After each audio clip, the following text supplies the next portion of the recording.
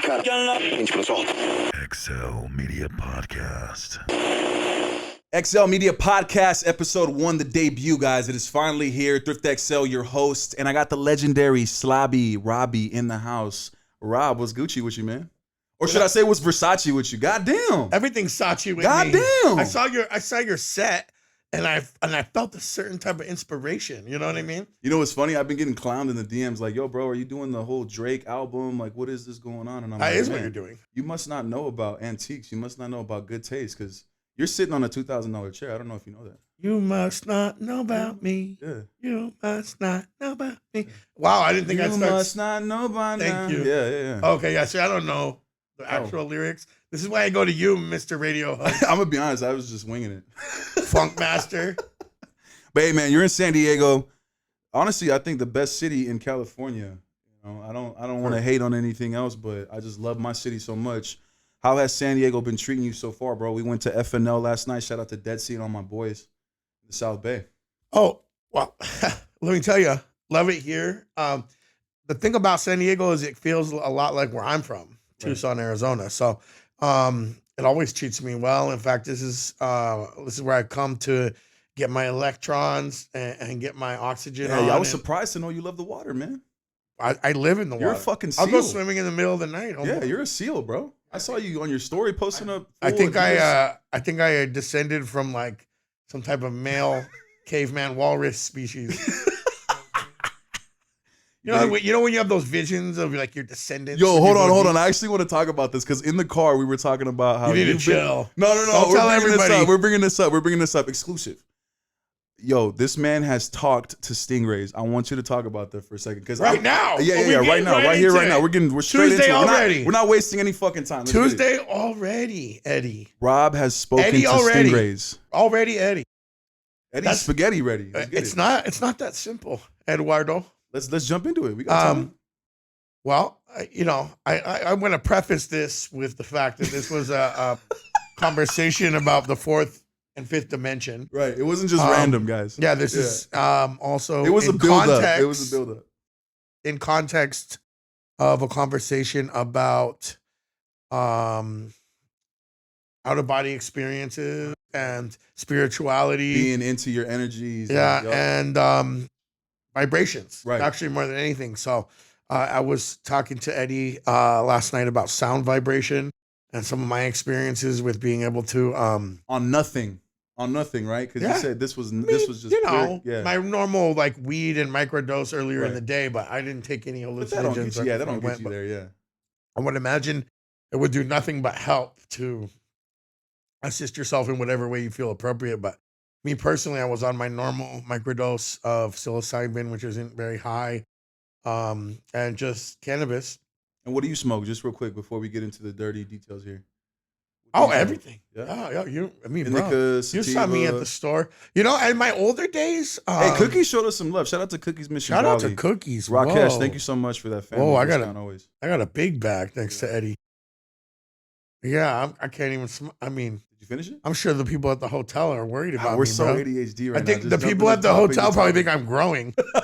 They're like, I think he was doing business in there. I'm like, bro, I had it was a large amount. Love it. Love it all. I do at my older age like indica. Nice. And it's kind of a sleepier. Right. It soothes the soul. I find myself caffeinated and energetic during the day, and then I find myself wanting to sleep at night. So indica's my best friend. So the normal dose of indica or whatever it was. I think what Eddie is referring to is when I met the Venusians up in Joshua Tree. Right. This sounds fucking ridiculous, but we're gonna get right into it. Hey guys, the Venusians. Bro, go for it, bro. Go for it. I'm trying to find out, bro. You gotta put us all on. It ain't just me. You gotta put us all on. We all gotta talk to Stingrays. Yeah, but why did I detect the tone from you? It's just funny to me. Why do you have a tone? I have never talked to a fucking sea creature. You know what's funny though? It's just not to shit on my ego. Just to shit on my ego real quick. I have been told I'm the great value Aquaman. Next, let's next talk. Mano azul, bro. Too many shots before this, bro. Too many. We're already getting into this stupid shit. But How did we get to talking to the Venusians? What's Aquaman in Spanish? El hombre de agua? Yeah. So like hombre araña. Right, Vic? Okay. El hombre, that's your new podcast. El hombre de agua, bro. But not until you reach this level. Now that we're speaking Spanish, I was telling my fiance, I was like, if I ever become a rapper, my name's gonna be Pan Dulce. Yeah. Right? Yeah. Sweet bread, bro. Sweet money. I get it. That's I get the reference. Yeah. I went to the whole nine. I went to a middle school with 10 white people. You got some Mexican in you, bro. I swear to God. When we were talking, you first landed, I'm like, bro, is this fool Mexican? He's just trying to You're like, he's Mexican. You started putting your wallet away. Yeah, I was like, I don't know about this. So Venusians or Volutions or what is it? Venetian, Vegas.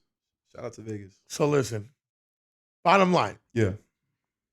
There are many vibrations going on that we're not seeing at all times. And I believe because that. we're on this vibration doesn't mean we're not seeing plenty of other things. And I think a lot of times hallucinating and going to another spiritual place or the ether or whatever you want to call it. If you've watched Stranger Things, whatever you want to call it. I love that fucking show. Meet, meet other entities in certain places where you can meet halfway on a frequency, sort of like a FaceTime call or whatever, right? And I think, I don't know anyone who's ever talked to a loved one who passed away in a dream. Anyone who's ever handled a beef or a grievance in a dream, I think can understand how you can travel the fourth and fifth dimensions. You know what? Now that I think about it, as far as any animals, I have talked to my pit bull that recently passed away. Okay. Yeah, and that's some real shit. I mean, that was like that was my first son before my son. And you haven't met my son. I hope you meet my son before you did, but I mean, it tore me up, bro. So when I got to see him again in another space, even if it was a dream, I don't give a shit. It was really. It's happened to me with my cousin. My cousin passed, and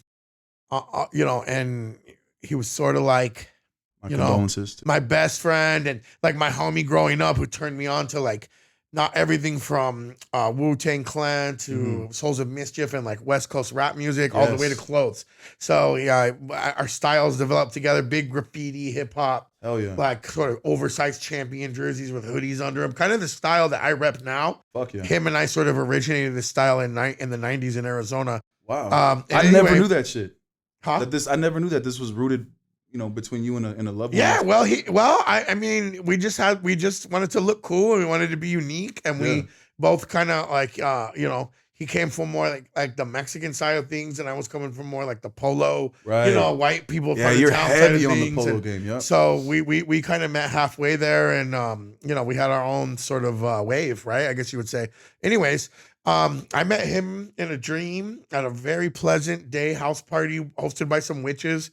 One of who I know in real life to be an actual bruja. Yeah. She was hosting the party, which I found interesting. She greeted me first, and then he was outside waiting for me on the side of a house. And he came out and spoke to me in the front yard of a house. And it was very And was peaceful. He a warlock, or was he just the same? It was the best version of him that I could ever think of. It was his healthy, nice, drug abusive, very healthy self that I knew in like the late 90s when we were very close. That's real. So not the version I knew of him as an adult, but probably my most memorable or happy version of him, right? Yeah. Which is so dope to see. So that would be you want to see everybody at their best. That would probably be one of my, not my first experience, but one of my more comprehensive, understood experiences. Out of body, or in body, or where I left my body and went Insidious, bro. Have you seen Insidious? No, I really need to see it. Oh my God, bro. I need to see it. Because I had, early, just being a foster kid and in general, just having a tough childhood, the fucking night terrors are so real in the space of where they can get you. Right, because and it is Insidious, real. Because you're in the fourth dimension, you can't get out. Right. So people talk about my sleep paralysis demon. Bro, the shadowy motherfucker that's creeping up on you. As recently as like a month ago, I was having a really anxious night, couldn't sleep, just one of those weird nights that you have. And I felt somehow like, woke up in my head. I woke up, sat up, and I put my hands above my head, which a lot of times will help me breathe, and I'll take deep breaths and help myself fall back asleep. So I get in my position and I sit up against the wall and I have my hands up and I'm taking deep breaths. And I see what I believe to be my son coming to the door of my room, which is very normal. Like he's come crying, saying the laundry machine is, broke when he's washing his school clothes, or I forgot to do my homework and he's crying. Right. So it's not abnormal for my son to like need something at like 10:30 p.m. after bedtime. Right. So, but this was more like 3 a.m, dark. And so I'm thinking something Questioning. important. Yeah. Something really bad must have happened. Yeah. I'm like, hey, bud. But it's very hard to speak. It's ether. So you're speaking slower. A lot of times you're speaking telepathically. Have you ever fought in your dreams and it's a bad dream and you're just punching slow as shit? And that happened to me a lot when I was younger. Oh I'm my more God. at peace now. I dream a lot more about conversations. What did the stingray say though? Full circle here. How do we get? Let me just say this. Yeah. My son wasn't my son. Something else was at my door. This is as recently as like 6 weeks ago. The kukui? No, just another entity who was a Oh little my taller and goodness. bigger than my son is in real life. Just Yeah. something a little bigger. A lost standing boy. at my door, and I screamed my son's name, and I did Panicked? something. No, I just sort of yelled. I sort of jumped my way out of it, and I woke up in Yeah. real life. So, anyways, the most intense version of this is what I was talking to Eddie about yesterday, which is sound bath. Yes, I want to What try they this. call I sound want to try this so therapy, bad. or sound vibration, meditation, right? So Right. like sound vibrational meditation. Right. So anyway, I go to this place that is specifically designed for sound and energy. And it's you go to Joshua Tree, so you go to Palm Springs and you go up to Joshua Tree. Then from Joshua Tree, you go way out into the desert, and there's a place where 3 rivers meet underground, and that's what they call energy vortex or a ley line or whatever you want to call it. This is Holy a very shit, high bro. energy place. Yep. Yeah. So you go into This is full circle now because it's all making sense with what your content is. Because on your post, it's mad vintage, mad drip, mad everything that's just loud and just marketing everything that's about your brand. But then on your stories, if you really want to dive into who Rob is, it is the traveling, it is the random places like you just brought up. just Joshua exploring Tree. yourself. Yeah, man. Exploring The Zion. I think you've been there Sure. before, right? Yeah. everywhere. Big on the Southwest, travel big on nature stuff. I Anyway, love that, bro. I've never done anything like this before. So my girlfriend and her mom wanted, they're into meditation, they're into all this spiritual stuff. So we go, and I'm not expecting anything. Kind of like going to a good movie that you don't know anything about. Yeah. Going to see a band that you don't know their music and you have Right. no expectations. Right. So I had no expectations. I didn't get extra high. I didn't, again, I didn't take any hallucinogens. Normal day shit. Yeah, well, just feeling relaxed and feeling positive and open-minded, I would say. Very open.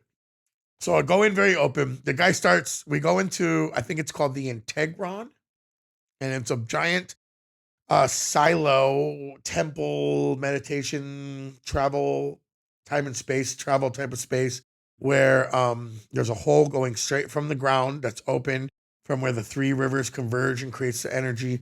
And the hole goes up to like an upper part that I would call like a cabin or a bunker. So he has a ladder. He kind of starts giving us all the lecture. I Is noticed it dark? What's the lighting like? the Integron's nice on the bottom. It's sort of like a gallery with photos, sort of getting you prepped for what to expect. Okay. And then once you get up there, it's open. The sun's coming in. Nice, It's okay. gorgeous. It's kind of a 360 Nice. windows. Yeah. And like a nice circle, we call circus, right? This Right. old concept of like energy flowing circularly and up and down, right? At the same time. And, sacred geometry shit, Hell actually, yeah. more than anything. So without getting too far off, you got me way off topic, my dog. I thought we were going to warm up with some I'm waiting to get there. I just I want to thought know. we were going to warm up with some I just want to know what the stingray said. Okay.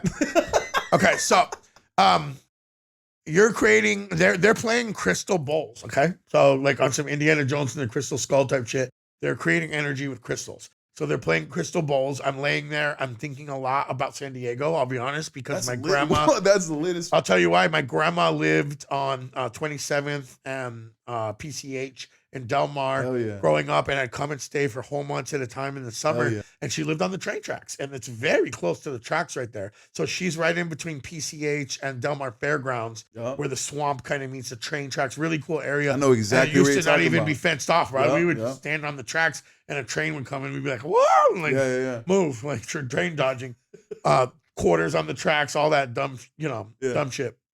So it started like trains, because when you're sleeping at night with the windows open, So it started off first audio, getting you audio, and so audio Wow. stimulation, I felt extremely stimulated, and I'm going into sort of a sense of nostalgia, a sense of relaxation, a sense of peace and calm. somebody nearby me, by the way, sound is very amplified in here. The way it's set up, with the circle down the middle and the way the building's set up. If I whisper to you, if I'm like, I think the instructor is gay. Oh, you can hear that shit. Yeah, I was like, that dude over there looks gay. Like you would have been like, oh, and like everyone could hear it. Like, it's just like amplified. So someone nearby me knocks over a water bottle. It totally like breaks me from the trance. Yeah. And I remember such a trivial thing and so minor and such a low vibrational thing to do. I remember saying, oh, God damn, can't you just keep your water bottle from knocking over? Something very like entitled, and something very This is my moment. something very egotistical, humanistic, right? And some kind But of for voice, the group at the same time, let's be real. some kind of voice. Yeah. But at the same time, it's like, yeah, dude, keep your water bottle. Right, Like, right. we're all trying to meditate. Right. You're over here knocking over Fijis. Right. And it's loud in there. So it's like, I know other people probably broke out I'm of glad there. you said Fiji. So that tells me a lot. Fiji. So something out of nowhere tells me within a split second, it tells me this entire message. I don't know if it's a woman's voice, my voice.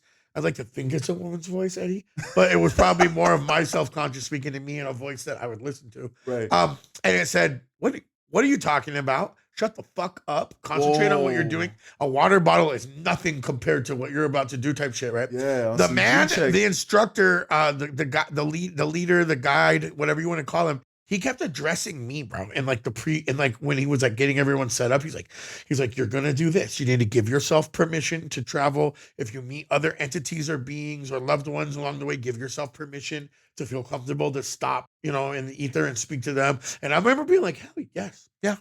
Yeah. I'm agreeing to everything. I don't know. I'm just agreeing. And the guy's like talking to me. Like afterward, my girlfriend's like, it's crazy how he was like giving this whole session to you. You must have peeped some energy where you're like, you dude. need to prep. Yeah. Peep energy, motherfucker. Peep game. So I was like, yeah, all right, I'm starting to feel it. Then I feel what he at the beginning part of his sort of preface, he goes, if you've never astral projected before, it feels really good, better than drugs, so you'll know when it happens. And I remember being like, whatever you're talking about, bucko. You know what I mean? Like, I don't know what that means. Honestly, I've had out-of-body experiences to very small degrees, like my dream, and I've been really high. Rick James go, I've been really high and laid down in the dark and tuned into like people's voices and conversations and like sort of been a radio antenna for telepathy before, but this was some other shit. So I start going. And I remember the permission, and I remember feeling like, okay, I gave my permission. Here was the next step. Gave my permission. So then all of a sudden, I went into a place where I was having what I would call generational memories, and I was riding over large plains or dunes of sand. Yeah. A lot like the movie Dune. I was riding over dunes of sand, and yeah. I was very smooth, and I felt very good. Not like a roller coaster where you're high, low. And I'm hallucinating, and then I started hallucinating on some inner earth type shit, and I was going through some caverns inside the earth and taking different pathways, turning left, right, up, down, kind of like Star Fox for Nintendo 64. Fuck like yes. Inside the, so I'm like, wow, this is fun. I'm like hallucinating, I'm at the shop playing the game. Hallucinating pretty hard, but sleeping, laying on my back, essentially, right? Leaving into another place. Then he says, the first thing you're going to do if you know you tapped in, you're going to hear the water, the rivers under us. All of a sudden, I went from the train station. I went to hallucinations. Then I hit the water. Like a waterfall. Like if you're sleeping on the ocean, bro. Like water. Yeah, this sounds mad peaceful, bro. Then, whatever he said, the highest you've ever felt, I got whipped into a spiral and I went up. I'm not saying I like went up and looked down at the earth or like I just went up. Yo, imagine Slobby just levitating in the air. And I went up. Yeah, my bad. Go ahead. Exactly. So I went up, right? And it wasn't me, it was just the inner part of me, and my body stayed. And so I went up into the air, and I honestly don't remember a lot from there. It felt a lot like a nap. And then I woke up. My girlfriend and I reached for each other's hands, and we're like, beautiful. Wow. And, whatever. We felt great. Her mom in the car saying, oh, I didn't see anything. I didn't hear the water. And I wasn't trying to be like, I heard the water. I astral projected. I was just like, cool. Like being very open and listening. So we stay at our Airbnb in Palm Springs. It's my birthday weekend. So we're just vibing in the hot tub, and some friends from Tucson came, and they were They do a lot of. They do. My friend, wife, who's there, she does a lot of. She has a DMT pen. Okay, so she's hitting a DMT pen as she's like chilling and going places. So like she's living. That might be just what she's living in another dimension. Anyway, so her and I start talking. I'm telling her about who, what, when, where, why, what I saw, and then I said, I'm starting to have this kind of memory the next day where I'm thinking about this time during what I would have thought of as the sleeping part after the projection, where I went to a blackness, which I now would know as the ether or the fourth. At the time, I wasn't as aware. And I went there. Yeah. And what you see 11 going to, but in a much more floaty, less horror, creepy, a lot more of a floaty at peace. I'm telling you, if you're not at peace, you haven't left your body. If you're angry and you're going to the ether to like confront somebody, it's all peace and love, where I went. And I'm sure that's the way it's supposed to be. So I go to somewhere where, understand this, a lot of people do this sound therapy that have cancer and incurable diseases. And they do this and they're cured. Wow. And what you're doing is apparently extraterrestrial beings are examining your body and trying to heal you. I remember my asthma. When I woke up, I have very bad asthma. You might hear me a little stuffy right now. I've been having sneezing and asthma ever since I got to San Diego. Just one of those things. I woke up asthma-free, chest completely open. I remember I feel like I was floating. I was being inspected by what I would call a large, very happy face, like a big sort of flat white face that appeared to be smiling at me and was floating around me 360, examining me. And possibly healing me or possibly just tinkering with me. And then Let me breathe, bro. I found out later that this is the Venusians and that a lot of people believe these to be inhabitants of Venus who are operating on another vibration. And when they meditate, they understand that humans need their help. And you can meet them halfway in the ether and they can help you.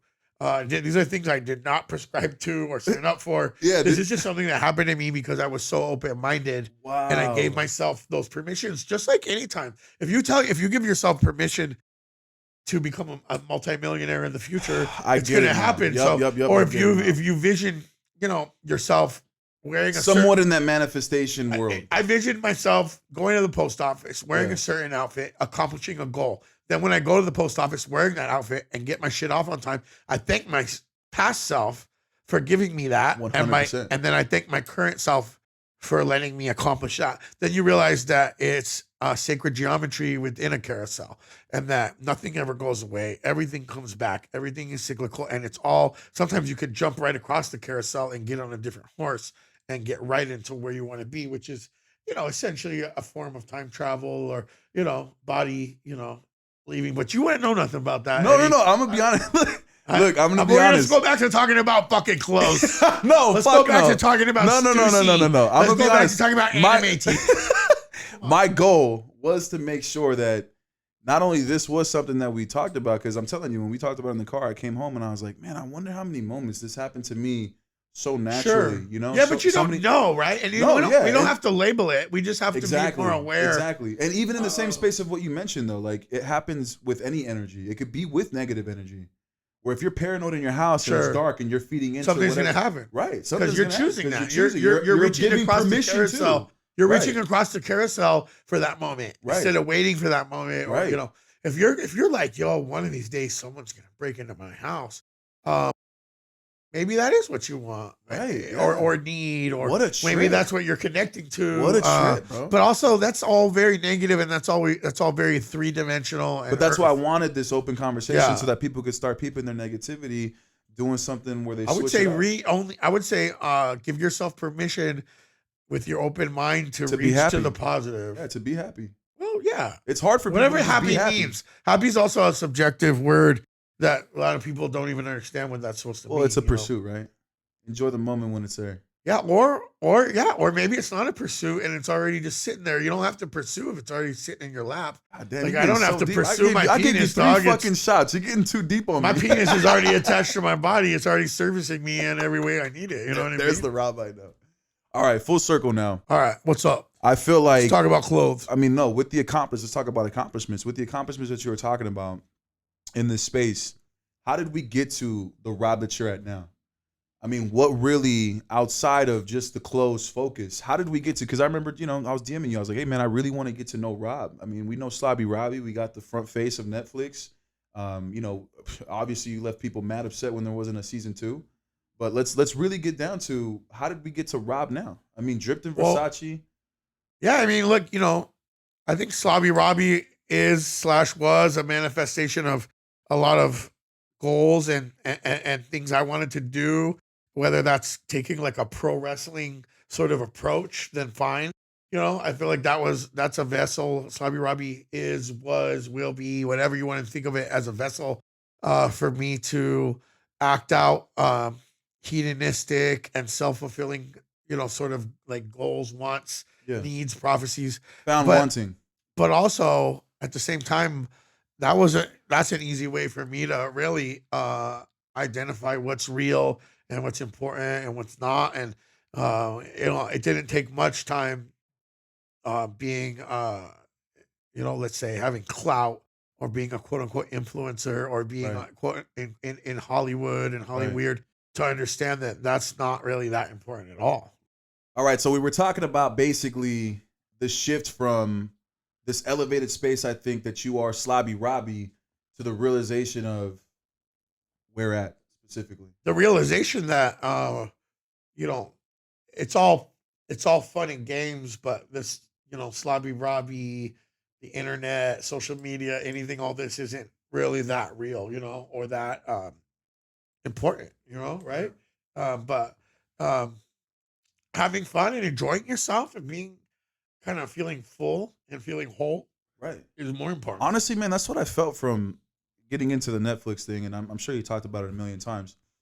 When I was watching that, I felt like this gravitation towards, here's a guy trying to show us a culture from a mainstream perspective, from a retail perspective, entrepreneurial level, and making it fun, enjoyable, non-confrontational. I don't think you had one dramatic moment that it wasn't a hardcore it wasn't Pawn. Jersey It wasn't Shore. a Pawn Stars. Exactly. It wasn't a Jersey Shore. It wasn't the Real World. Yeah. And was that your goal? I mean, was this Netflix pushing this whole initiative of like, hey, family-friendly stuff here? Well, was it? Or did you want? They like, actually weren't. Vision? Oh well, to be honest, we shot for Complex, right? So the show was on Complex first before Netflix, and Complex was pushing for a TVMA. So Complex wasn't pushing for family-friendly or wholesome. In fact, we shot a lot of stuff with parties and lifestyle. Not that that's negative. Not that it wasn't as much about the commerce. I think there was a lot of lifestyle, like partying and girls, and the super soaker squirt gun, super famous vintage squirt gun, right? That has something to do with the lexicon and the theme of the show. But then they wanted me to squirt like one of my female like neighbors near the store and with a white t-shirt with it, so they were like on some sex sells type shit, like some of the show, what they call the showrunners. And then I think there was some very sharp and responsible executives over at Complex that were like, yo, we don't need to do this. We don't need to do sex sells.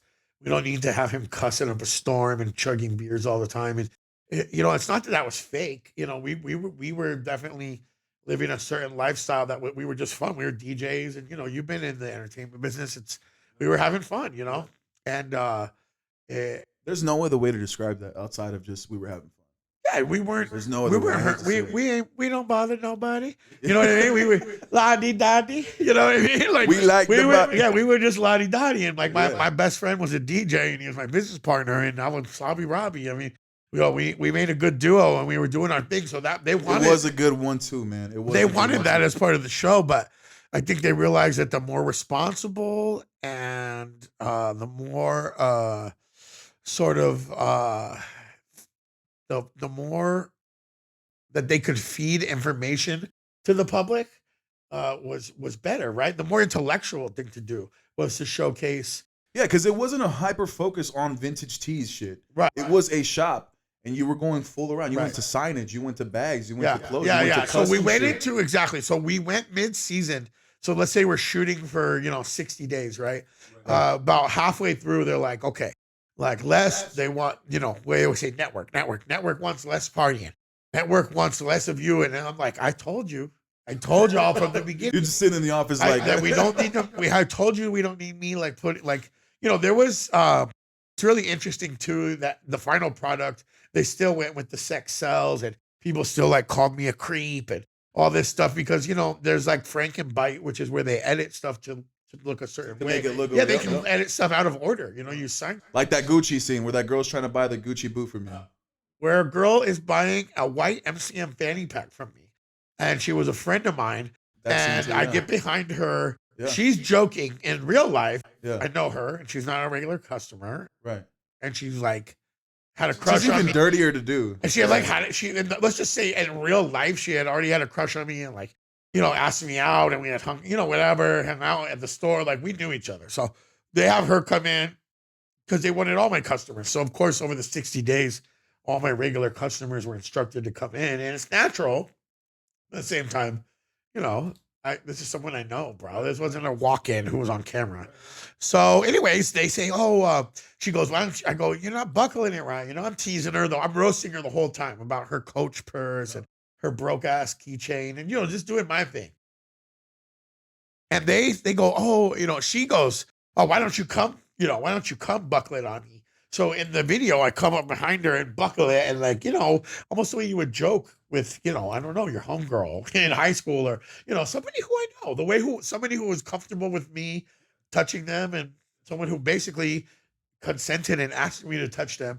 And then the way they chopped it up, it looked like I got behind a customer and buckled their fanny pack for them and touched my front onto their back, which is what happened. I touched my front onto their back. But again, in what context, dog? In the context of joking, in the context of me, it's not that. Or even the flirtation. It's not that different than I just went to Art Basel in Miami, this past December, and my girlfriend's joking, oh, that girl's trying to dance with you, and some girl's putting her butt on me, this shit. Yeah, where is the line, bro?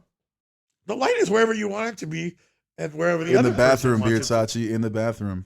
That was a shout out to Beard Sachi. Do you know? I love him. Huge fan. Shout out Beard Sachi, my guy.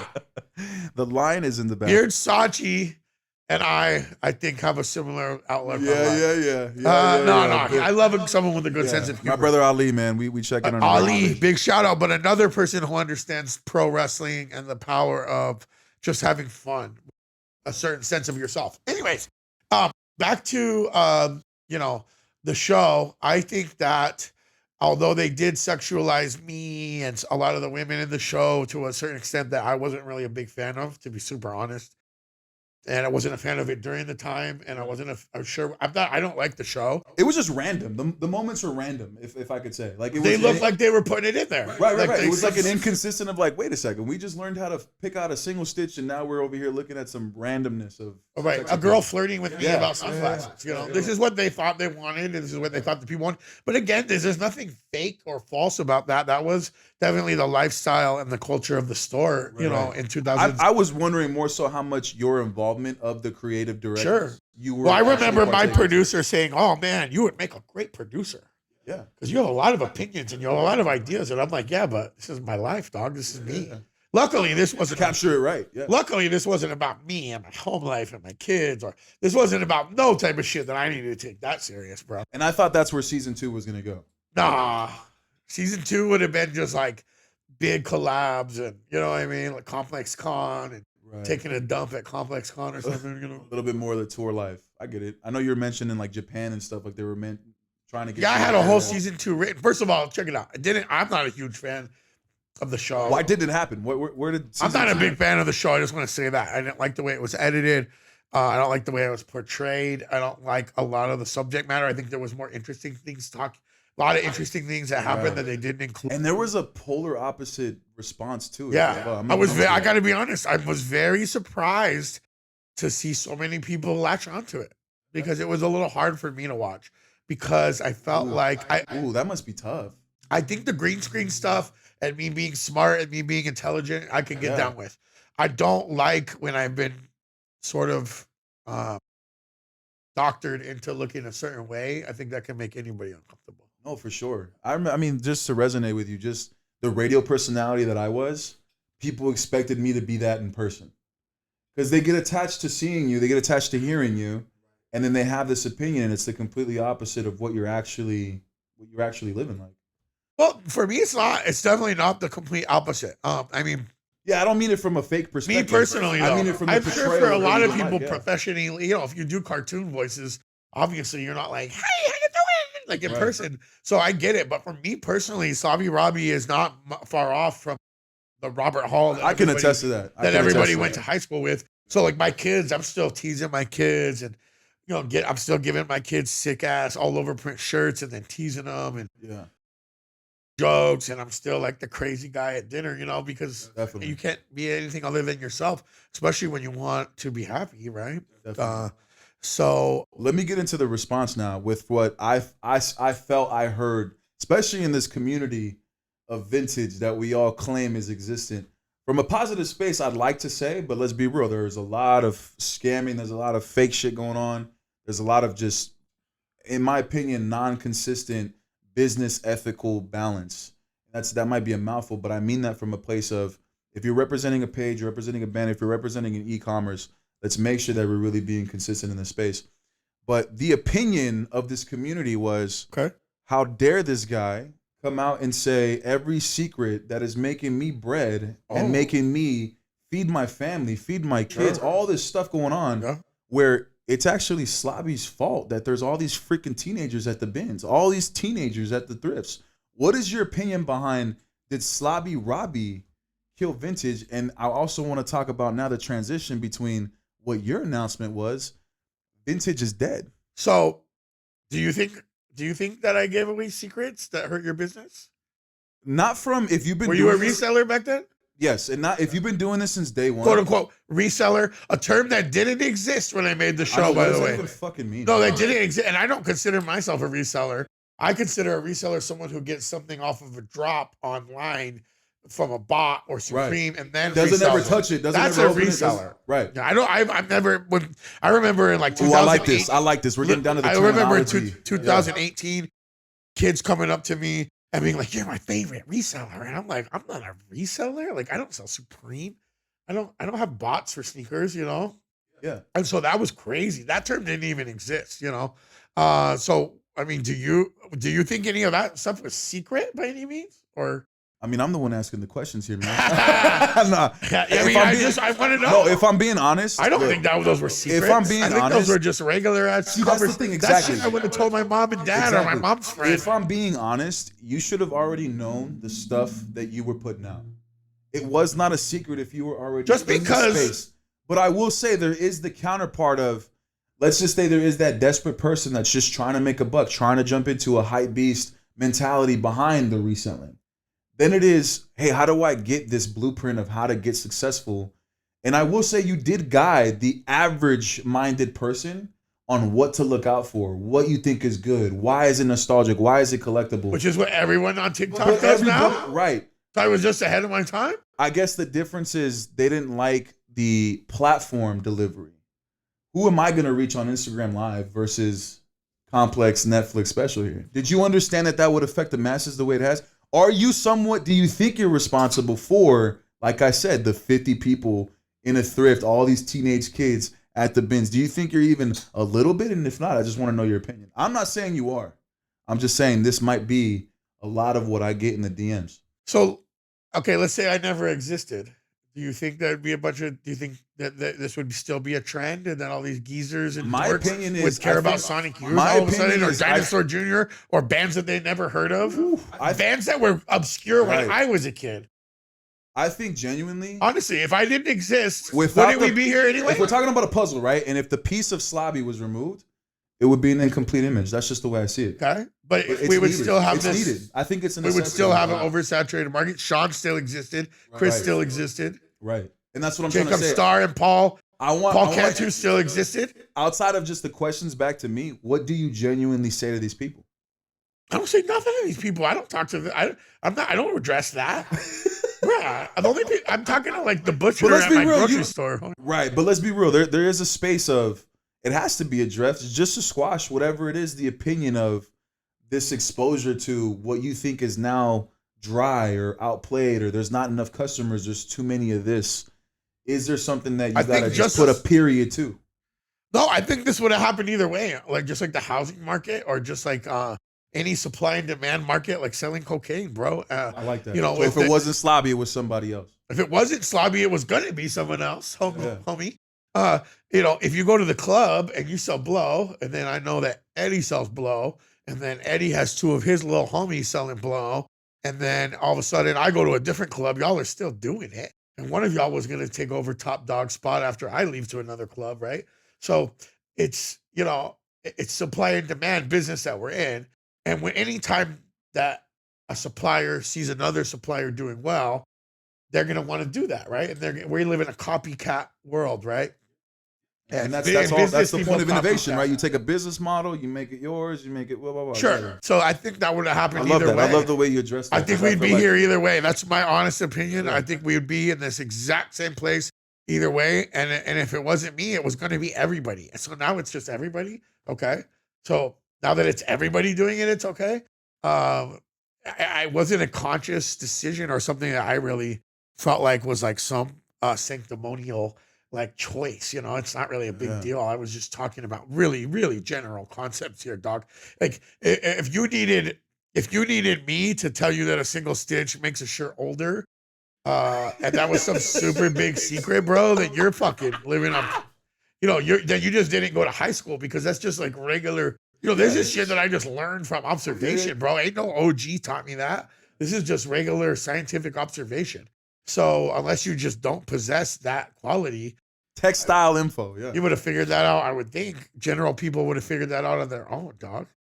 You know, people still have trouble the finding evolution of any tag to screen print. It would have just been a thing that you think of, cost-effective things. People still have trouble finding a rag house, getting into a rag house.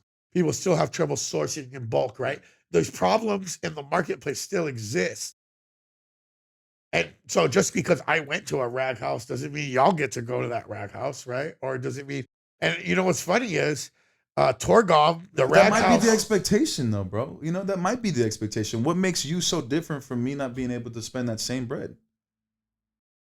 Nothing.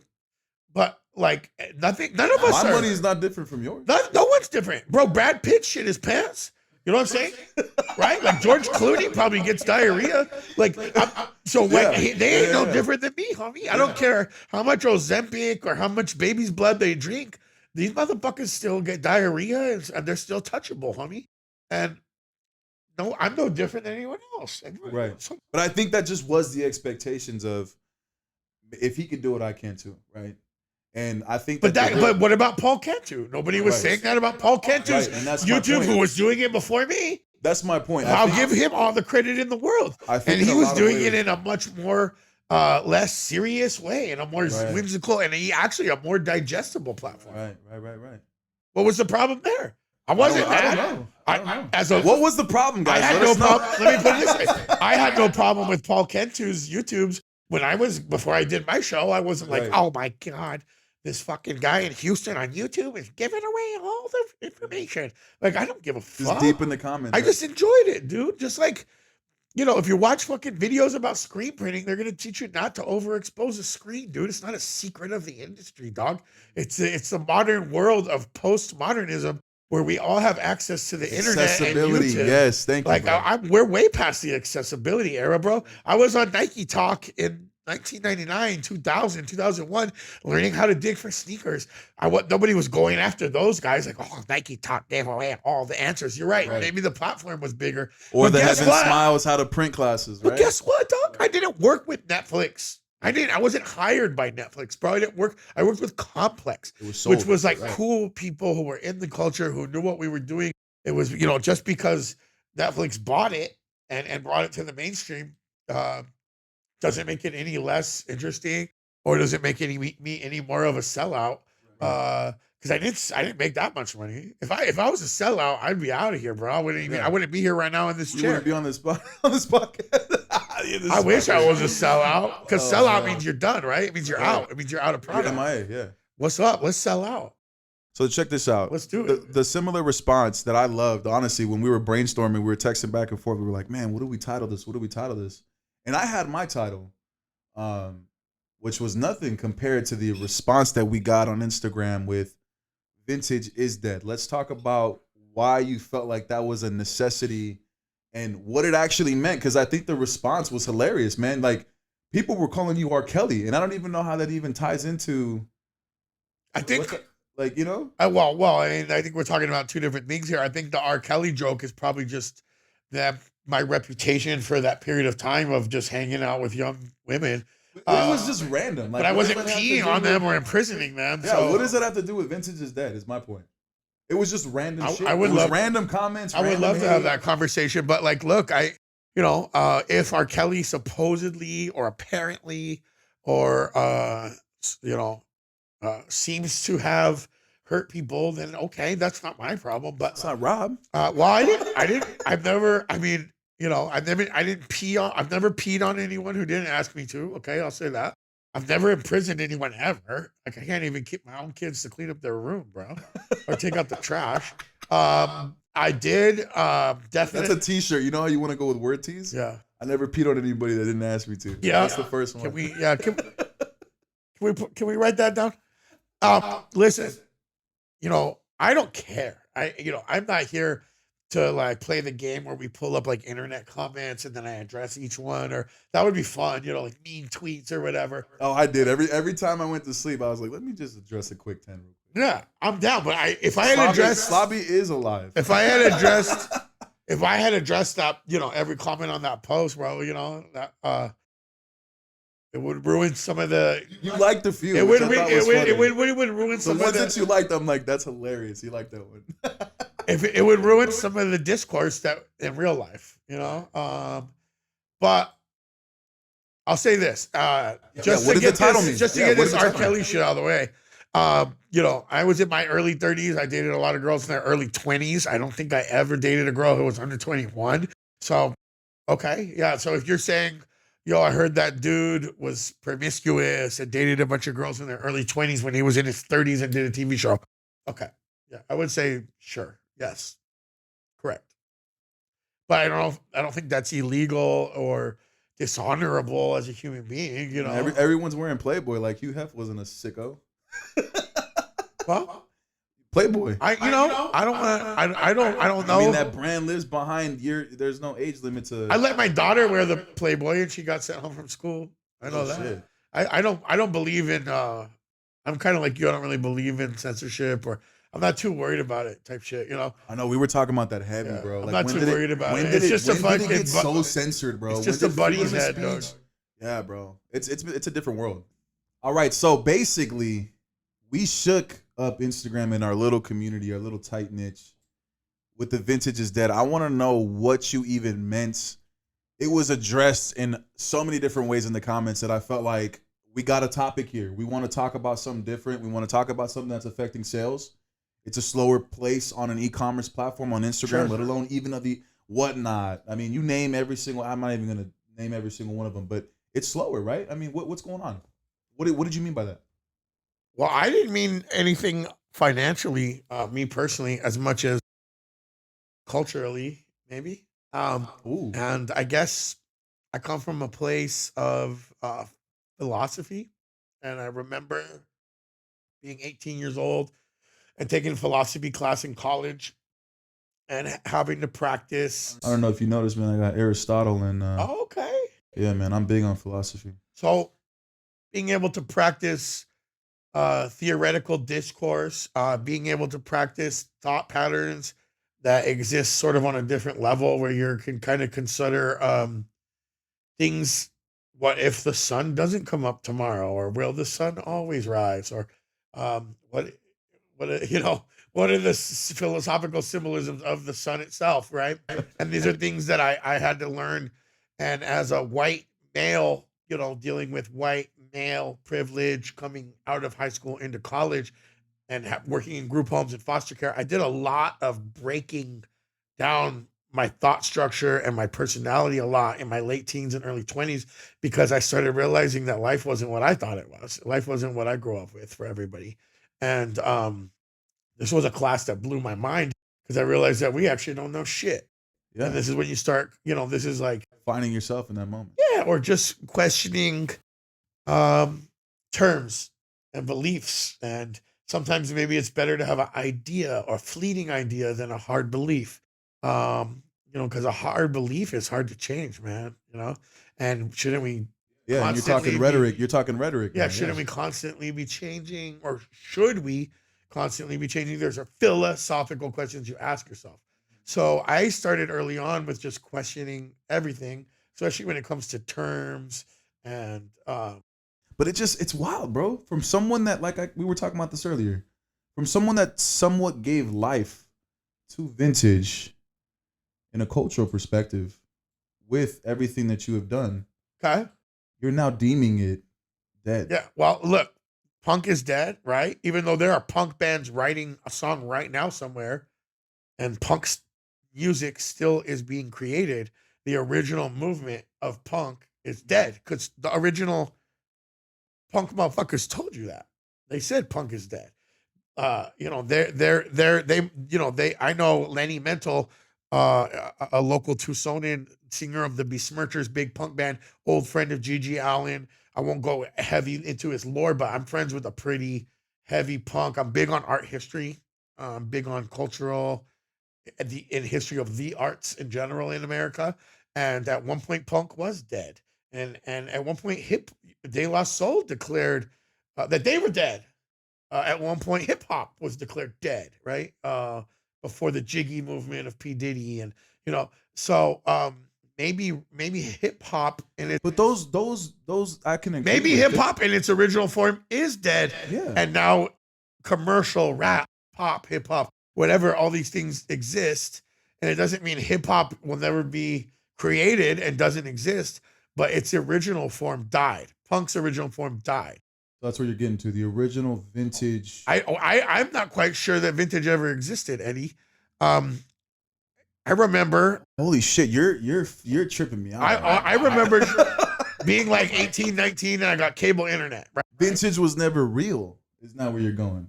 Well, vintage is a subjective term, right? And just like antiques, right? So vintage is 20 years old. Generation. Yeah, and antiques are what, 50 years old or whatever, right? I get that. So who decided antiques were 50 years old?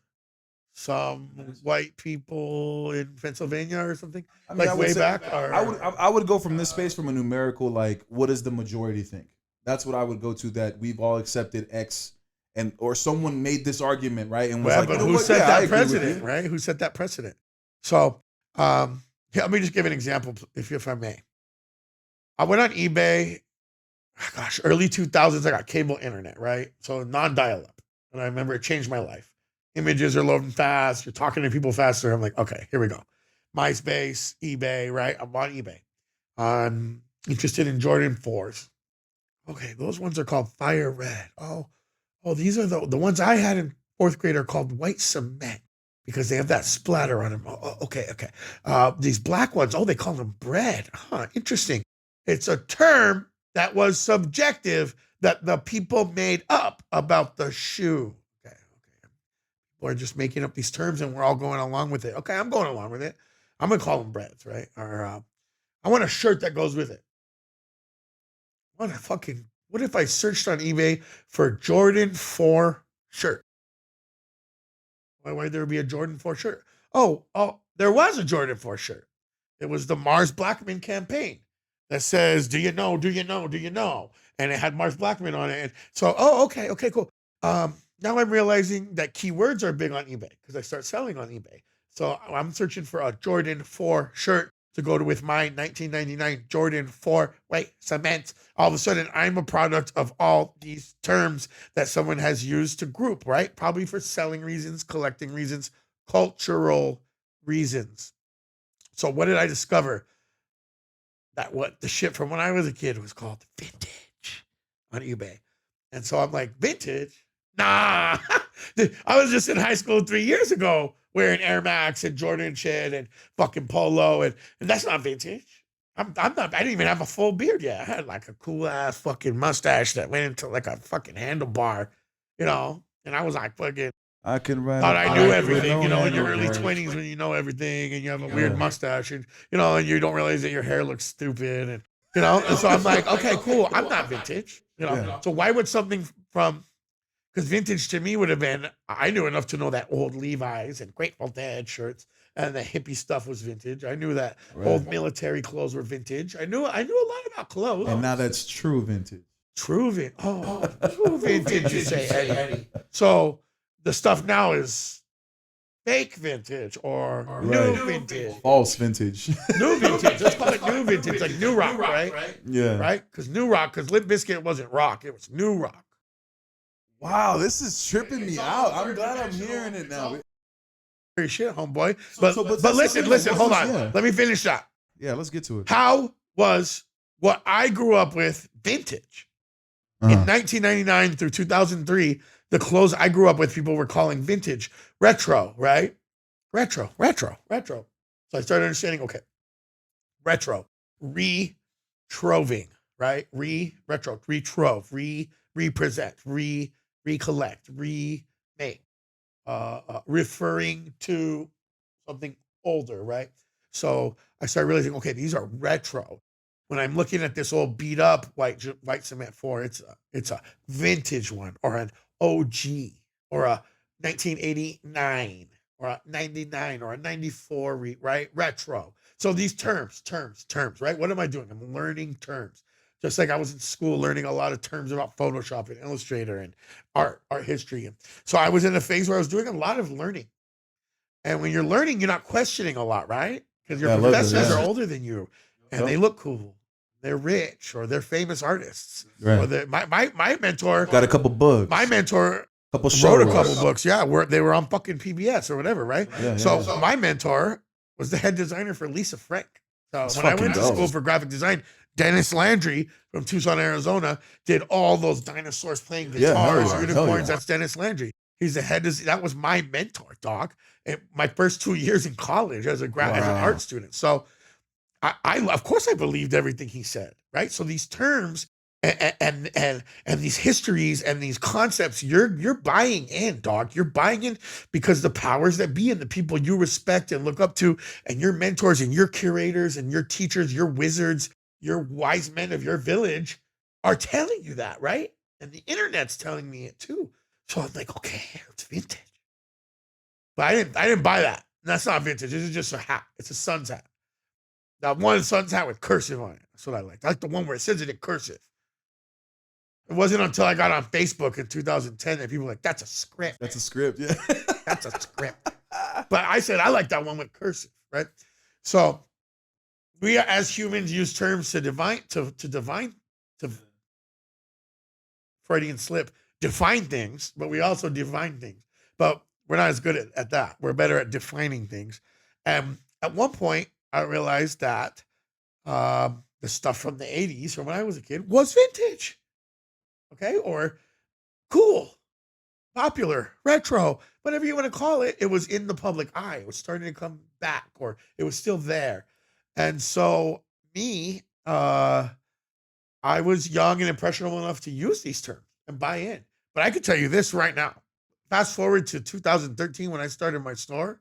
If you asked me what kind of store I had, I would have said a clothing store. We also have toys. Vintage? Nah, not necessarily.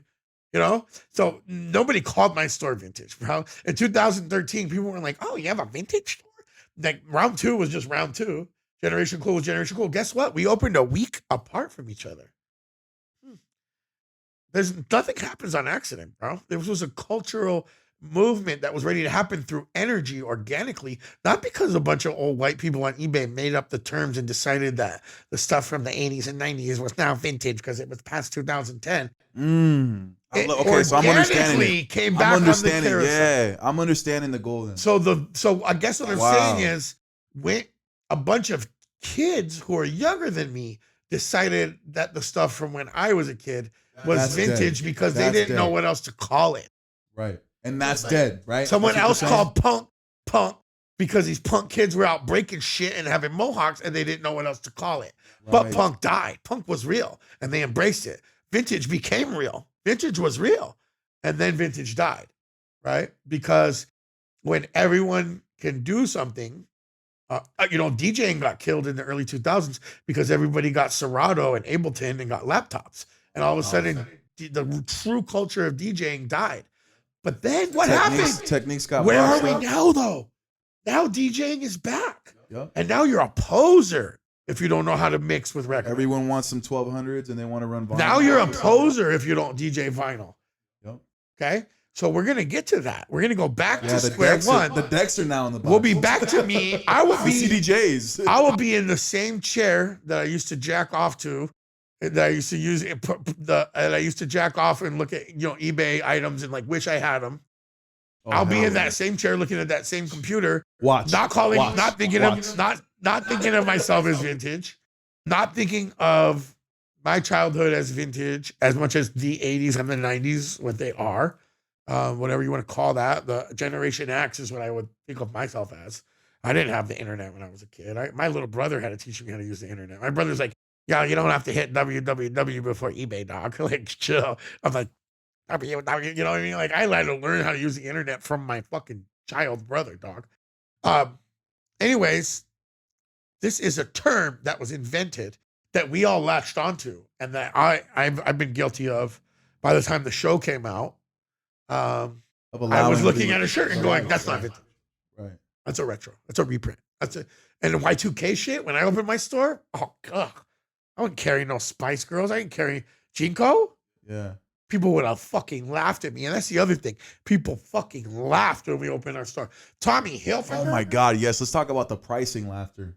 No. People just didn't understand. No, you mentioned so that. People you laughed. were trying to sell Von Dutches at $150. Hey, look, I was selling Ed Hardy. Yeah. 5 years ago, and people thought I was an asshole. People were triggered by me selling Ed Hardy. Yeah. But now it's vintage. Why? It's hot. Because it's popular? Yeah. Oh, so it's popular, and now it fits into the scope of what we want it to fit in. Because we, as all humans, since it doesn't fit anywhere, we have to bring it here. We, as humans, are fitting things in the way we want them to fit in. Man, there is that study where if you put 10 human beings in a room and there's a bunch of crap everywhere, it will naturally get organized somehow, somewhere. Well, yeah, exactly. But also, like right now, if you're like, I saw Theo Vaughn do this test with somebody who's big into energy, and he was telling him, "Hey, how many things in this room are black?" Now, me right now with my sunglasses on, I'm gonna choose a bunch of shit, bro. I might call your chair black, homie, because it looks dark as fuck.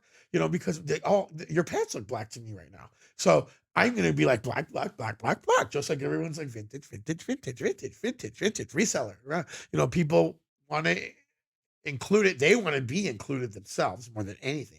Ooh, that's deep. So by human nature, nature, they want a group, and then they want to be like, now I'm part of that group. I'm a part because I use the word vintage. Inclusion. Just like I was a skater in 8th grade because but I had really a skateboard, but I was actually a poser. Yeah, I'll be honest. I got hit with a bell pepper full of fucking rocks on the face by some college dudes. Smacked me in the face with a bell pepper and called me a poser because they saw me trying to ollie. I went to a parking lot by myself trying to learn how to ollie on some like humble shit. Like I'm gonna learn how to ollie. Like I'm gonna be the first fat kid to bust a fat ollie out of my crew. And then these motherfuckers roll up and hit me with a bell pepper in the face, called me a poser. And I realized, yeah, dude, you can't fucking be something that you just aren't, And I wasn't meant to be a skater, bro. I wasn't good at skateboarding. And honestly, well, I guess we'll never know. I wasn't that passionate. I wasn't that passionate about it, but I wanted to be part of that group of being a skater because all my friends were doing it. And it looked like a community. There was videos and releases, and they had parties, and they had stores, right? Just art. They had stores, and they had events. Oh, it sounds kind of like the vintage community. So I wanted to be part of the skater community, and I understand why all these kids want to be part of it. But it's not, skateboarding. If Tony Hawk told me skateboarding's dead, in 1998, I would have been like, whatever you say, boss. You're the one feeling the vibration, homie. Yeah. I respect that. So with this topic now turning into, it's not for everybody. Who specifically? And we're about to get spicy now. We're about to get spicy. Listen, you know Run the Jewels? No. There's a rap group called Run the Jewels, Killer Mike and LP. LP was in an old rap group called Company Flow. I just want to throw this out there. The best line, he said, "We all can't be pimps and we all can't rap." He's like, you got to get your dollar on because it goes like that. We all can't be pimps and we all can't rap because we cannot. How would the world be full of pimps, bro? If everybody was Jimi Hendrix, then Jimi Hendrix wouldn't be special. Yeah, that's facts. I'm not meant to do this, dog. My fiance was like, babe, why don't you be a rapper? I'm like, because I'm just not supposed to rap. Most people shouldn't rap. Also, I'm just supposed to write shit in my notes. I love basketball. I love basketball, but I'm not a basketball player as my profession. You know? Yeah. You'll get dunked on. All right, so check this out. Not by you. we got a ball, Rick, right? It's gonna be Shaq versus Barkley vibes. I tell you, man. Anyway, we'll get that on the next clip, man. Slobby versus XL on the court. First one is 6, $2,000. Look. In sandals. You just said it right there, though. I love it. It's not meant for everybody. And in this place, in this space, I've noticed this really isn't for everybody. And there's different sectors of this. There's the retail aspect. There's the Instagram aspect. There's the reseller. I mean, everything you just touched on, which I thought was social aspect. I love it. I love it. The way you packaged that was perfect. In this space, though, there's also, I genuinely believe there is supposed to be a clown. There is supposed to be somebody that fucks it all up. There is supposed to be the yin and yang aspect. There is the balance. Without it, like you just said, how can we have Batman without Joker? Someone would make the case that I'm the clown. Ooh. Tears of a clown, dog. Like I am the clown. I am the one who's willing to entertain everyone. You know, I enjoy it. I enjoy making jokes, and you know, I like to think of myself as the Jerry Springer of Instagram. I've been kind of deemed that, where for some reason, I'm just always involved in making the content dramatic and even more. I don't set out to be a clown. Otherwise, I'd make a bunch of like parody videos. Yeah, your content would be a bunch of, yeah. I guess I do make parody, but at the same time, there's a line, I feel. But what I wanted to get to you mean posers outside and of that, just the genuine clowns, just the genuine clown. And let me get to it. And I'm. Do you think I'm a clown? No, I'll get to it. Right, I'm gonna touch on this. I'm going to have you evaluate. I'm going to have you open up one of these teas, and we're actually going to be doing the award first debut. We talked about this, guys. The vintage, if not the Community Clown Awards. Whoa. I want to give my first award to, and I don't care where this ends up. I really don't. I'm letting my nuts hang. It's your show. Yeah, I'm letting my nuts hang. Show. I'm going to have you open up a tea. I want your perspective. But before I even talk about it, let's get to it. So we're going to cut away. We're going to hand you a tea. I want your live. Don't let me affect any opinion. I designed the artwork. I did everything myself as far as the artwork.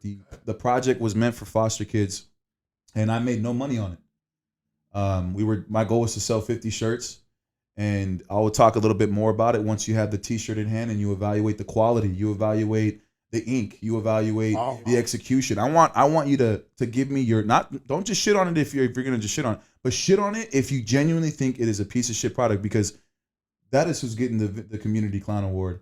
And I want to know in your space what clowns you've ran into.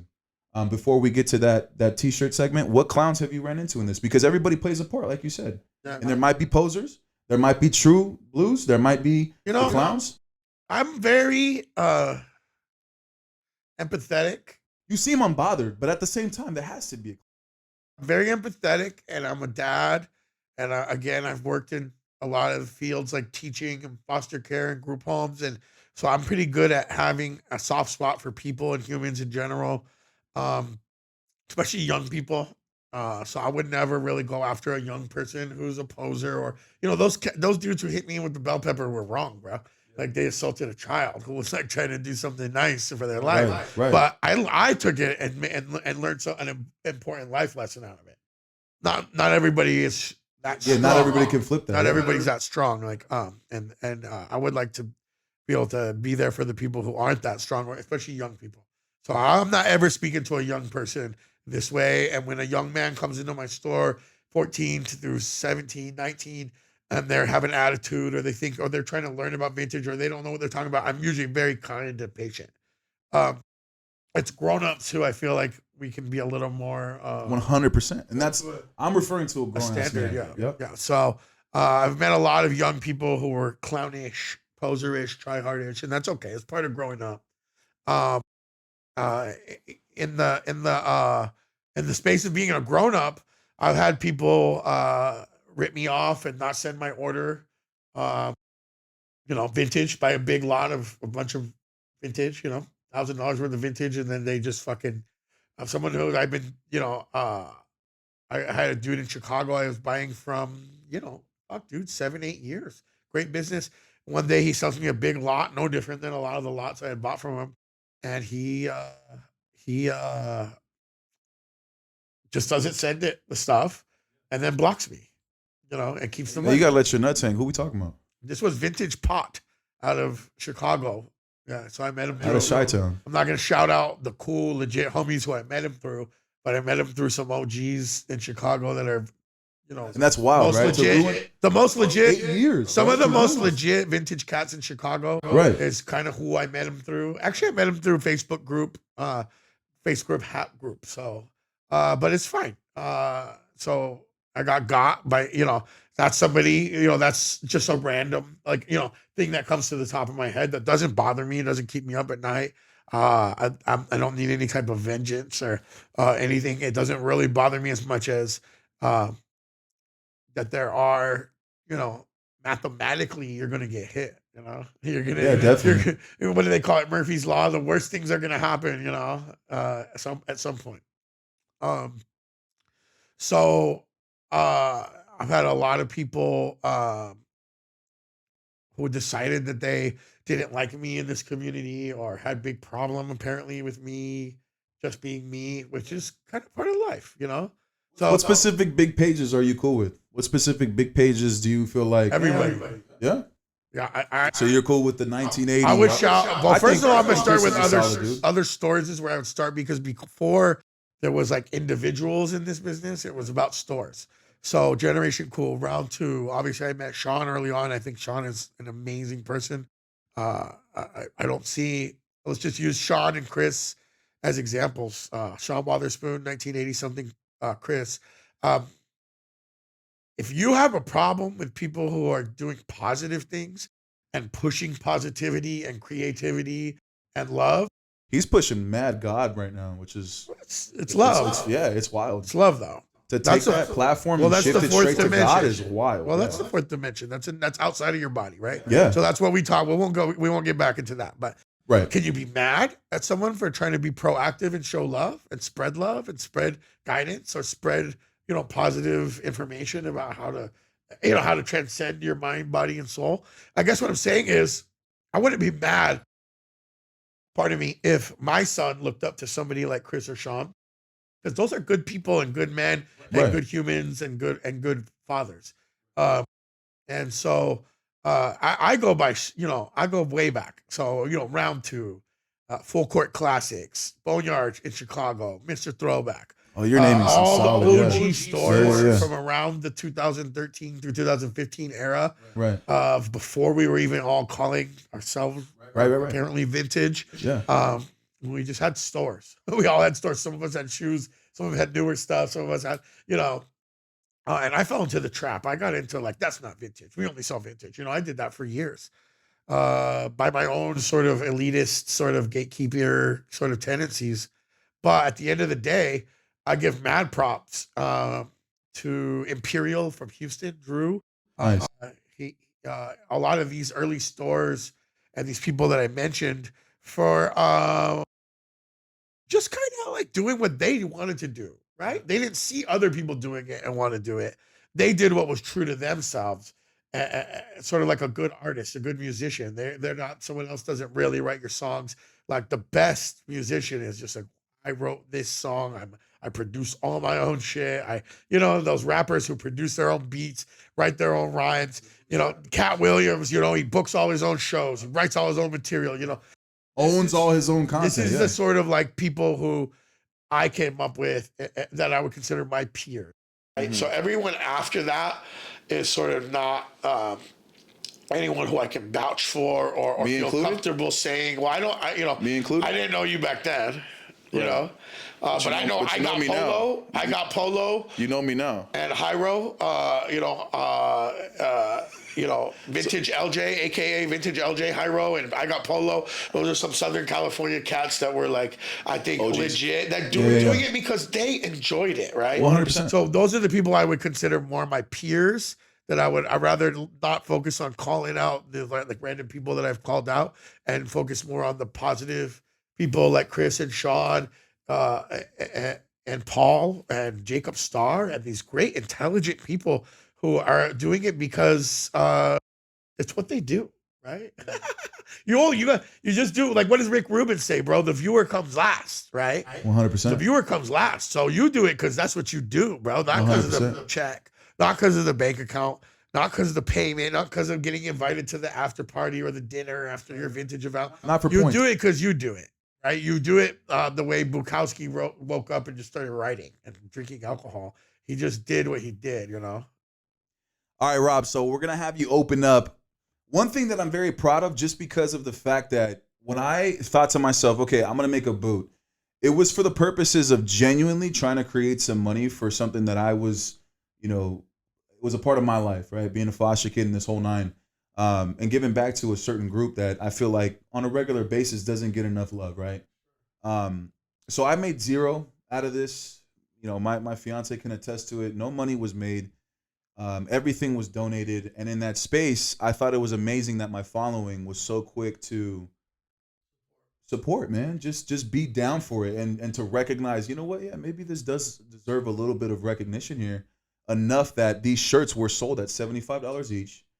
And a majority of that actually went to the person that manufactured the team. And at first it was a good exchange, man. It was, hey, Eddie, I want to be on the same time frame. So you had an idea for a modern boot. I did. If we can say that, can we say that? Yeah. It was a modern boot. So 100% it was a modern boot. And in that space, I didn't want to contribute to the waste. So I limited to 50. And then everyone that did request another design, I was like, sorry, guys, I can't keep making more. It feels that weird for me to just keep pushing new boots. And no shame to anybody that does that. If that's your bread. Recycled clothing. Yeah, I just couldn't do it, So from my perspective, 50 done. And then if we could do something different later on, cool, right? But before you open this, let me preface. The goal here was to be on a joint social, entrepreneurial effect with just this one specific tee.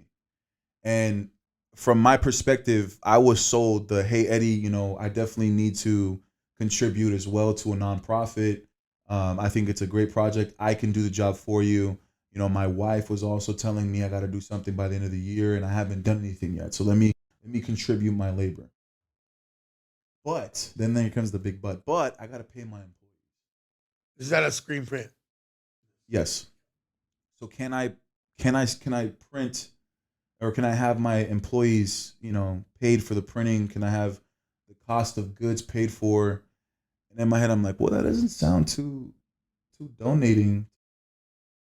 But sure, right? Because I have a mission, I have a goal.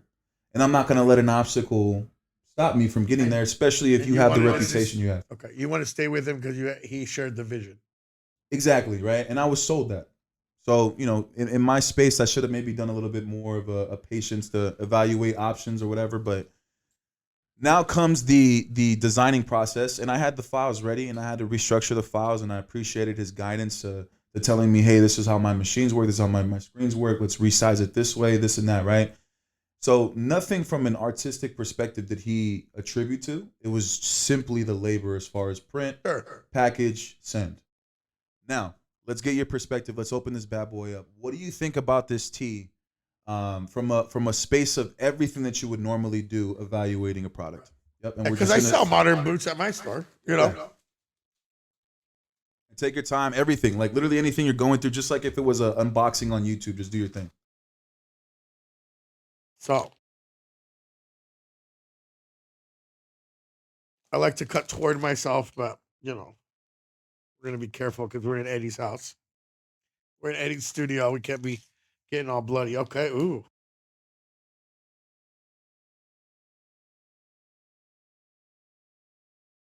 Well, I like that it was vacuum sealed. You smell it already, Vic? I can smell it from here. I smell it. Yep. Okay. I've seen this tag before, right? Right? I think there's other modern boots with this tag. Yes. That's like the staple. I did this. I don't memorize. I know some of the guys, and I feel bad. I know some of the modern boots. Vintage Rush and Backstock Co. And I just don't memorize. Chronic Images is Chronic really Images, great. yeah. So another guy that does nonprofit funding with his products. So shout out Chronic Images. I know that he's donated a lot Really? to chronic illnesses. Yep, that's why it's That's great. So, somewhat of an AOP of sorts, right? Printing all the way up to the edges, all the way off the bottom. Do you recognize the cartoons off the bat or not? What's this guy called again? So he is from Dexter's Laboratory. Right. The reason The why superhero from Dexter's Laboratory. yes, the Justice Friends. So I'm a little older. So it's kind of a reference to Superman mixed with Hawkman, right? Right. And this is their spin-off of Joker versus Batman. Because on the back you'll see I reference the animated series Joker, but with this guy is actually called a disgruntled postman. Oh, okay. So I felt like it was very much touching our industry of dealing with packages. They used to call it going postal. Exactly. Like when you would go blow up the fucking... Exactly. And that was actually in the cartoon. So when I was designing something, I was like, man, I want to do something out of the box. I want to do something that like most people probably haven't done or thought of yet. So I thought of the cartoon within the cartoon. And I was like, I remember this vividly. I wanted the action figure when I saw it. You did some due diligence on your concept. Oh, 100%. Right? And it was something that you were attached to because you were a kid. Something that you have a little stake in that you care about. And it's an original, unique idea. Right? And drawn, right? Yep. Everything drawn from mine, little Procreate on the iPad. Everything was done from an original space.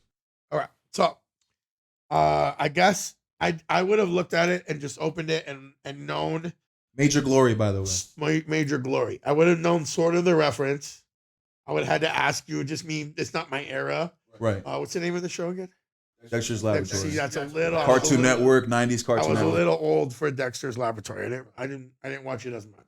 But I with you explaining it, I would have been like, oh, right.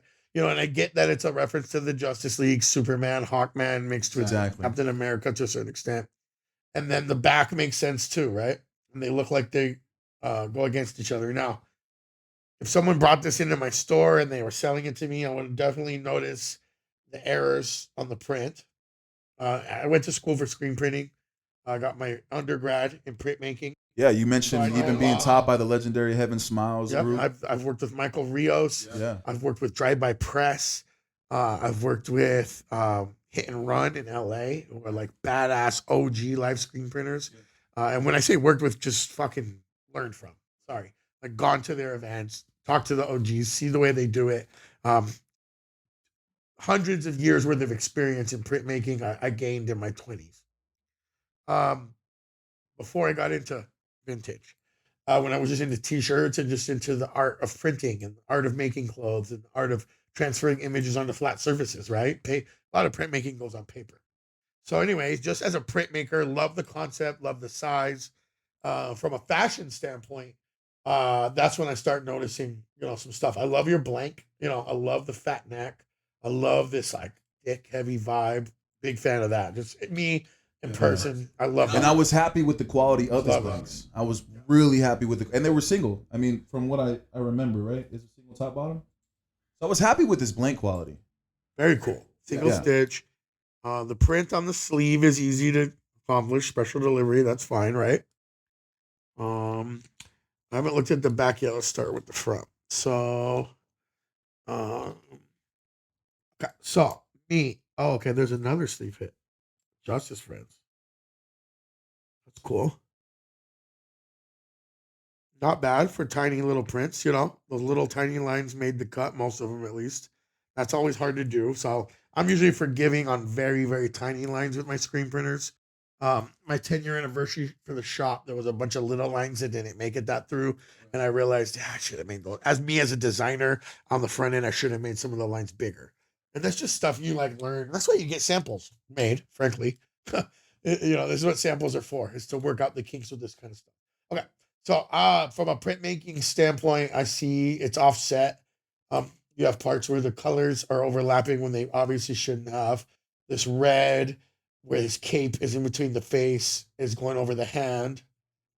I would say this is a case of, it's hard to do with AOP and oversized prints, but What's that? My fault. What is that? It was a knife. Oh, sorry about that. You throwing knives, bro? Figuratively and literally. So I think we've got some issues here where there's almost a double print on the mouth and the chin. It's either been where the print slid or they went back and it wasn't dark enough and they tried to print again and it was slightly offset on the mouth and the wrinkles. I'm glad you're seeing all The this, fingers bro. off. I mean, this is, I was a screen printer for years. I know this stuff. Now, all this stuff is not easy. This is not an easy profession. Executing a big print like this is not easy. But if you're going to do it, there is equipment out there. And in 2024, there are ways to we've all seen some of these modern boots.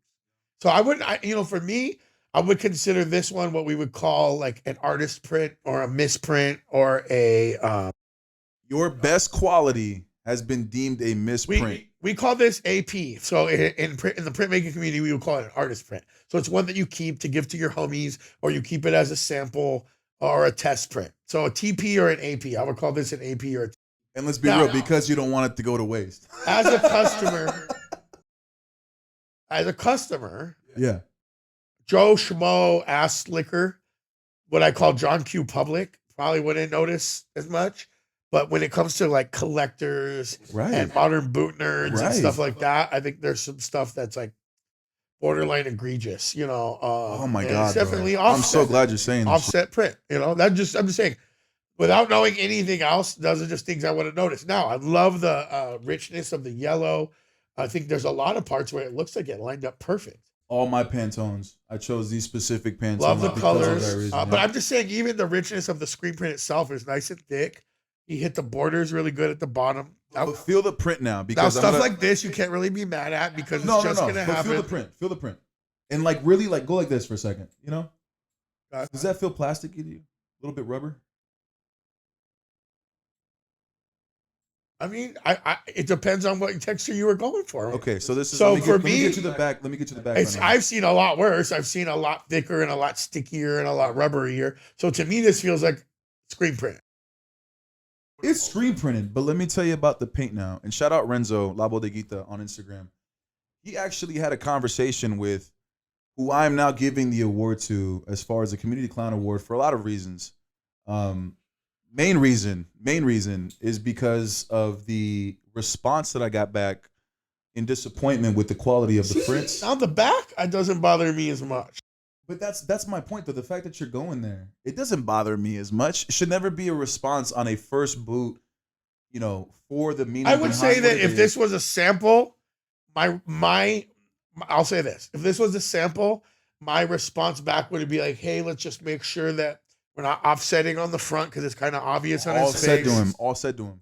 All mentioned to him. So you had a sample? I had notes. You got sample. I didn't have a sample in hand. I had videos. Which again, I mentioned, hey man, this isn't. So he used a video sample. Exactly. Just like a mock-up, right?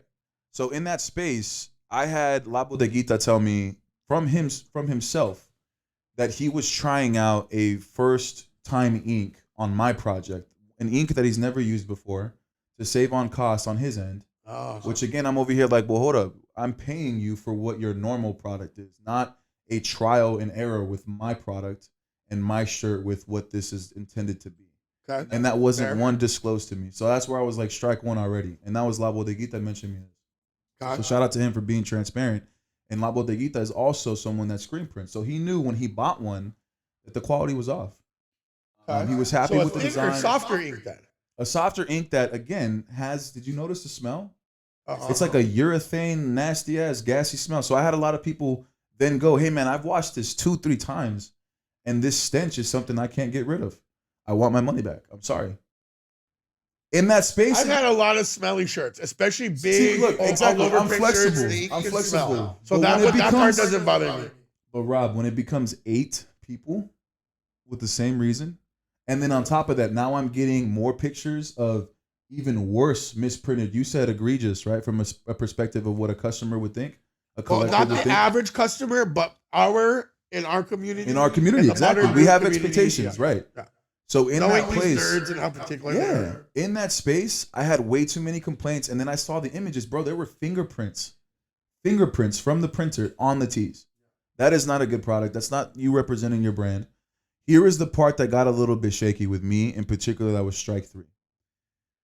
So one, it was you chose a new ink path. Second was you didn't fix the errors that you should have when you saw it, and you shipped them out and you packaged them and you didn't tell me, right? And we're talking about 20 plus tees.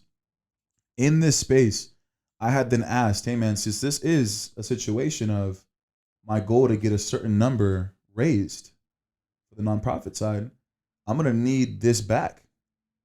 I'm going to need that credit back because I'm having people return their shirts, and I'm being someone that is a great person in the space of customer service to then go, you know what, you're right. That's not the product I wanted to deliver. That's not the product that we promised. That's not what we put out. That's not what he put out. And this is someone that's had multiple projects before, prior to this, way more complex prints. So Community Clown Award, Vintage Vitamin, probably your worst tee. I was very flexible. My girl was a part of this whole thing, man. And I was just really disappointed with the fact that you've been involved with a lot of other things. You need to refund Cole. You need to be in that space of making things right. You got your opinion from someone that's been in this game for a long time. But mainly, man, this is the issue. You weren't willing to refund on the ones that were returned until I had to threaten in a very real place, hey, man, I got no problem taking a vacation and seeing you where you're at. On top of that, getting these shirts, and I wish my fiance had a third mic in this, getting these shirts was a fucking mission, Rob, for one particular reason. DHL rates weren't matching up on my end to what he was telling me the pounds were on his. So he was trying to make money on top with the shipping rate, which we all know, classic scam move. I involved in classic screen printer move when you're really real shit. Yeah, real shit.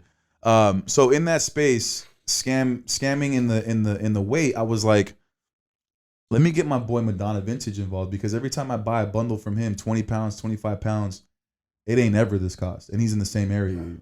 He's in the Philippines. He handles shit real quick. I get it within a week and a half. Whatever it needs to be, we make it happen. And it's unfortunate that Madonna Vintage now is also labeled as a scammer himself. But in this moment, man, he was a good guy. He helped me out with the shipping, and it cut it in half. Now, you explain that to me. How is it that the same area, same shipping, is cut in half for him to handle and not you? The excuses were, oh, I have a private business handler with my shipping. The account rates are different. I pay a month. I'm like, bro, whatever it needs to be, just get it. Could have a middleman. Yeah, get it here, bro. Like, this is just ridiculous. So in that space, man, I had to make that known. Community Clown Award, first one on episode 1 with Slobby. Okay. I really want to make it known that from my perspective, scamming my homie, scamming me is a different level that I have to make it known. Don't do business with anybody you don't trust. Make sure you're double checking shit. Don't be me in this situation. And, what advice would you give outside of just me in that place of checking an actual maybe in-hand sample? What advice would you in-hand give? sample, and then withhold funds until he can show you one. So let me ask you this. Oh, we did do milestone payments for that reason, yes. Let me ask you this. You could see that the mouth was off and that the skin and everything was misprinted when you saw a sample over video? And then you said every single one of these. So you noticed stuff like this. So let's just be real. And you said, hey, what's up with that? Printer, right? You would think, oh, you know what? Maybe that's just an offset from one of these screens, and that happened to every single one of these runs. Rob, I'm telling you, every single one of these misprints was different. So if I did tell you, hey, adjust the mouth, there's a fingerprint on the top left shoulder of 3 T's. Hey, adjust the cape. Hey, the stars are missing white. It's shifted over. It was different for every single one of these. And it was honestly disappointing to see, man. And then in addition to that, there was stuff that wasn't even in my files that he added into with some of the sleep hits. Like those little dash lines. Like, get your artist to clean that up. You have a graphic designer. You're already mocking up the file. You know that it's too thin, you either thicken it up or you get rid of it. Right. My screen printers have. You see those dash lines? Look at that. What the hell is that? That makes no sense to keep on a tee.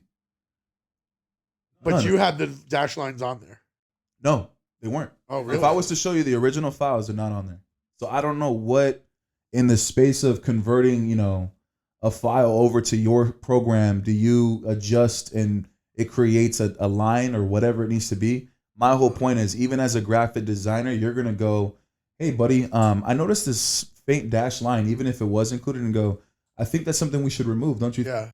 Right? And again, in the mock-up, when we're given these green lights and yeses, That's in the place of, hey man, I had verbally said I didn't want that in the tee, and you Oh, still really? left it. Yeah. So you said no dash lines because I would have done the same Yes, thing. and the same thing with the filler and the letters. Do you see the filler, the color in the letters? That was supposed to be black. It's supposed to be negative space. Insane, right? Insane. So what other advice would you give, man? Save them from being in my situation. Well, I think that you approach it a lot the way I would. I'm very detail oriented. I want to make sure. There's been plenty of times where I made the mistake as the orderer, and I didn't ask for the specifics I needed. Like I said, as recently as my 10-year anniversary, my sweatshirts were misprinted. They were offset. So I had a Garbage Pail Kid design where the Garbage Pail Kid was like Ronald McDonald mixed with the devil. And so the white face of Ronald McDonald as a clown was like outside the outline of the jaw and what you would call offset printing. So what I did was negotiated a lower rate, and said then I sold them to my customers for a lower rate and told them, hey, they're offset prints. And frankly, I ended up giving a bunch of them away, and I probably broke even on them because they weren't at the top quality that I needed. But he credited me back for like 2 or 3 tees out of like the 2 dozen that were fucked up. So, but right now he's currently in a mix with Cole's curation. He didn't even get Cole's job done, and Cole went out of pocket almost $2,000, which is just it's insane. It's becoming a pattern, and I just hope, like I said, people don't end up in that same situation that I was in, or in general. If I can make this a public service announcement where this is a community clown. This is someone that's not looking out for you. This is someone looking for a quick buck, a quick print. Yeah, and it's not always that someone's like quote unquote scamming as much as they don't do the type of business that you like. 0 tees, 0 delivery for Cole. That is a scam. You got $2,000 of his money in his pocket. Well, for nothing. scam is something. I think the word scam in the community is overused. Oh, it's thrown around. I would call that bad business. I get what you're saying. I would call that fraud. Right. But the word scam is more like, hey, I fish a bunch of people to make all over print tees, and I take all the Which money. is even a worse. And then I block them all, and I never fraudulent. That's a scam. But just you're just fraudulent, my guy. Well, yeah, or defaulting on a business deal. You defaulted on the deal. If you didn't make his, he can take him to small claims court or whatever. But unfortunately, we're dealing with like fucking Instagram, dog. Not only that, bro. He's in, the overseas aspect. Yeah, like there's no touching him. Yeah, you're fucked. Yeah, he's in the Philippines. I wouldn't send 2K to nobody in the Philippines. You know what I'm saying? Yeah, I was a little. I know y'all do all that business, and I'm sure it's super legit and great, but I don't do that. Yeah, I was sold on it. I don't send money overseas. But now you guys got the full scoop. Slobby Robby has given you his perspective on what it's like reprinting, and in that same space of business. I think you guys got a full space. If you guys want to check out more, we do have the 21 questions which we're going to get into right now. Rob, you're going to answer 21 questions from the community. Make sure you guys like, subscribe, share, and make sure you guys follow at Slobby Robby, follow Thrift.xl, follow XL Media Podcast on Instagram. A mouthful, man. What's next, and how do we finish this off with you, Rob? Oh, what's next? Yeah, man. Oh, bruh. I'm taking over a streetwear company called Ain't Nobody Cool out of LA. Let's go. They do a lot of parody tees. So hell yeah, you're gonna be in Cali for that. We're gonna have some new stuff dropping very, very soon. Sponsor or what? You gonna hook it up with a sponsorship? I got you, big dog. Let's go. Yeah, you guys heard it here first. Sponsor. All those 2X's coming your way, man. Get it. I'm telling you, stuff like this happens, and then you get a sponsorship. We call that even Steven where I come. So yeah, that's one of my next moves right now. I'm moving pretty good into the cannabis industry. Yes. Doing a lot of consulting. If anybody needs any brand consulting, we got a little bit more into that. Yeah. When it comes to cannabis, fashion, streetwear, logos, branding, it's just something I enjoy doing, and I enjoy helping people, and it's affordable. So if anyone needs help with that, I'm totally into it. Doing a lot of collabs right now. I'll be at South by Southwest, August 9th through 12th. Hosting a huge vintage event at Austin Beer Works called Slobby Days. I have my own Slobby Days cider, a strawberry 7% alcoholic cider.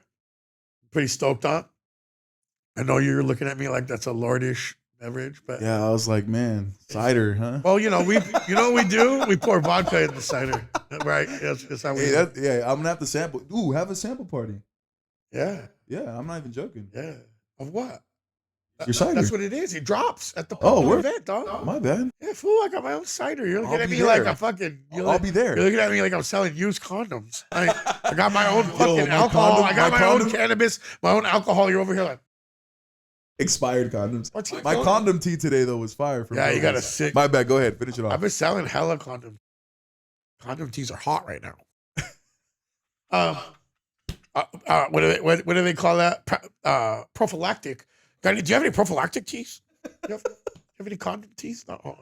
Like this is shit people ask. Where you're like, go away. You collect prophylactic teas? Shut the fuck up. I'm gonna put a condom over your fucking head, bro. So you don't talk anymore. Fucking profiling the prophylactics, dog. Yeah. So I got that coming up. And I'm gonna be doing a lot of live streaming from my art studio. So my whole thing is just gonna be making art, hanging out with people, talking fucking live. go. And I'll probably be doing that a lot on Streaming, just more streaming. Then. platforms such as TikTok, whatnot, and Network. Let's go. I know I might be going exclusive with Network soon. So I know Network just bought Complex. That shit's about to pop off. Mark my words. The streaming Guys, an game is about to exclusive. change. He might be getting with Network. That's lit, bro. And I'm gonna say this: my newest, biggest project is gonna be making films, and I'll be making my first short film this August. Right. I'm playing the Cholo It's mechanic, called right? Night Black. It's called Night Black. And Night Black. Yep. It's a film noir. It's a very short horror, but I would call it almost more of a classic scary movie. Okay, Yep. I'm So excited. I'm getting into filmmaking. I know that sounds funny, but Yeah. Original Creatives Production, that's my production house. I'll be making my first film this August. I'll hopefully be submitting it to festivals and whatnot in October before Halloween. Very, very Halloween. I'm excited. Yeah, the film is very Halloween oriented. I'm Yeah, just yeah, gonna yeah. say that. That's gonna be dope. Yeah. I can't wait for the one that you mentioned, the mini golf, where I'm the Cholo mechanic. Yeah, so I want to make a comedy second. So I want to do a horror film. I'm a Tarantino Let's fucking student. go. So I study a lot of Tarantino, what we would call genre films. And so I'm going to start off with a jump scare classic spooky horror, and then I'm going to go into a comedy film about miniature golf. And that will take place in Tucson. All these films I'll be filming in Arizona, my first 3 short films. And Eddie is going to play the mechanic who fixes the go-karts in my film Putt Putt, which will be my second movie, the comedy. Let's go. You guys got But y'all don't know video. about that. Y'all ain't ready for it, man. Make sure you guys like, subscribe, share. We out. XL Media Podcast.